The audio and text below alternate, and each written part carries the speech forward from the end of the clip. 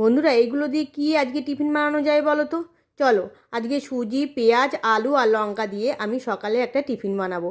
এবার সুজিটাকে আমি একটু লাল লাল করে ভেজে নেব। আমি এরকমভাবে লাল করে ভেজে নিয়েছি। এবার নামিয়ে নেব। ওই কড়াইয়ের মধ্যে দেবো তেল। তেলটা গরম হয়ে আসলে দেবো সাদা জিরে ফোড়ন। জিরেটা যখন কালো হয়ে আসবে তখন আলুগুলো দিয়ে তার মধ্যে পেঁয়াজ কুচি আর লঙ্কা কুচি দিয়ে আবার একটু ভাজা করব। ভাজা হয়ে গেলে এর মধ্যে লবণ আর হলুদ দিয়ে আবার একটু ভাজা করব। ভাজা হয়ে গেলে এর মধ্যে দিয়ে দেব হলো কাজু বাদাম, গরম মশলা আর সামান্য একটু চিনি দিয়ে আবার একটু নাড়াচাড়া দেব। হয়ে গেলে এবার দিয়ে দেব ভাজা সুজিটা, আবার একটু নাড়াচাড়া করব। তার মধ্যে দিয়ে দেব হলো জল। জলটা দিয়ে আমি 5 মিনিট ধরে ফোটাবো।